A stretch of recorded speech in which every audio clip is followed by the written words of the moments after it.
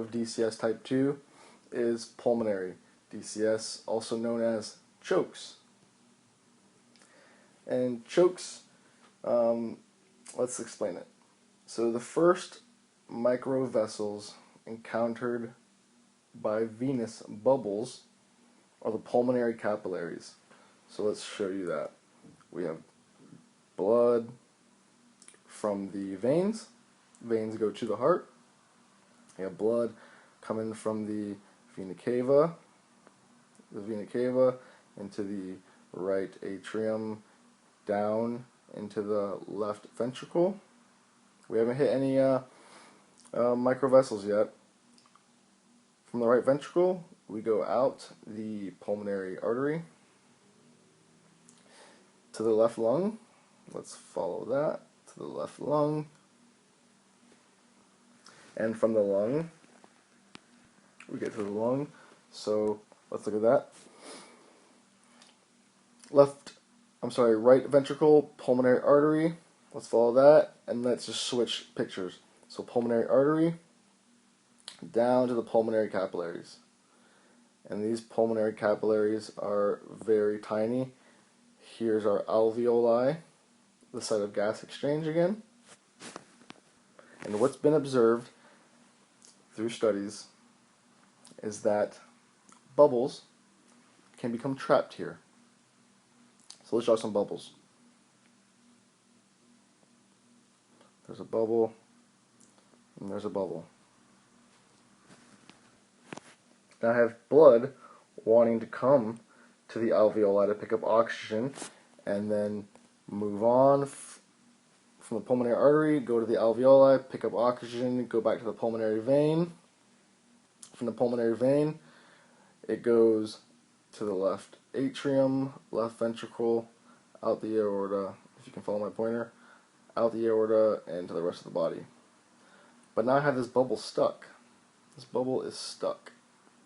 And if you watch my immersion pulmonary edema video, this is very similar. We have a blockage, a roadblock, and I have all this blood pooling right here. And what that's going to do, it's going to increase, and the more bubbles I have here, the less blood that can pick up oxygen and move on to the rest of the body.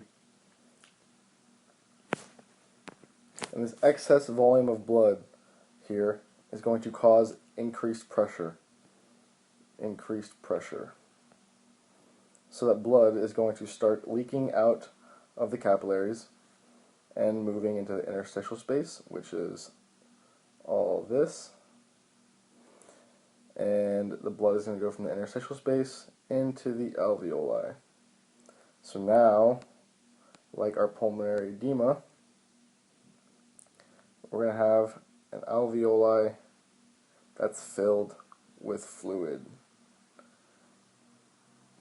Now oxygen comes down, and it can't go into the blood. It can't diffuse into the blood, and we have a roadblock right here. So we start coughing and choking. We're trying to get that fluid out. So that's why they say chokes.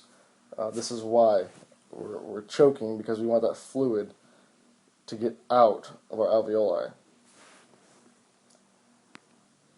And the bubble also damages the endothelium of the blood vessel.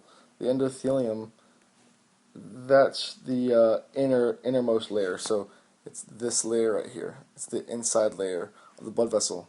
The bubble damages that, and I'm kind of tapping into the lecture about the secondary bubble effect, but it damages that endothelium and causes more fluid to come out, because now we have breaks. We have breaks in the capillary.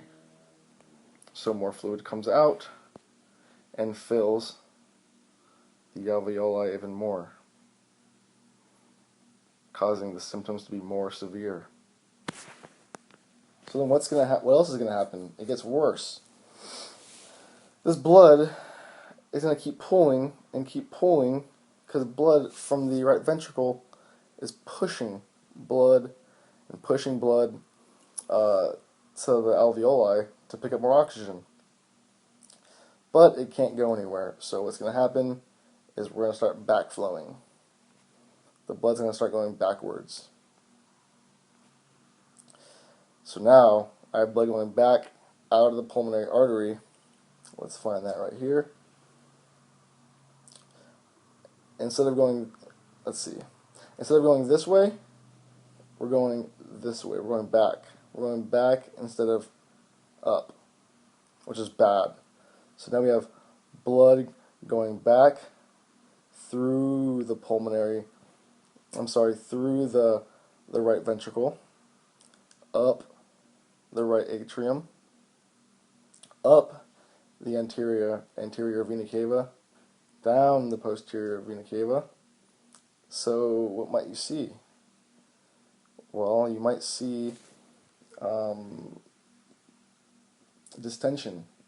His neck could be, you might see the veins in his neck. They'll be sticking out because that blood is being backflowed. Because the anterior vena cava, right before that is the carotid artery. So you have the carotid artery in your neck, up here, going down to the anterior vena cava. So we're having a backflow. We're having a backflow of blood. So now my pulmonary artery pressure is increased. I'm having decreased cardiac output. Why am I having decreased cardiac output? Because cardiac output. I'm not outputting blood to the body. I'm having a backflow. I'm having a backflow of blood. So I have a decrease in cardiac output, which means I'm not getting blood to the rest of the body.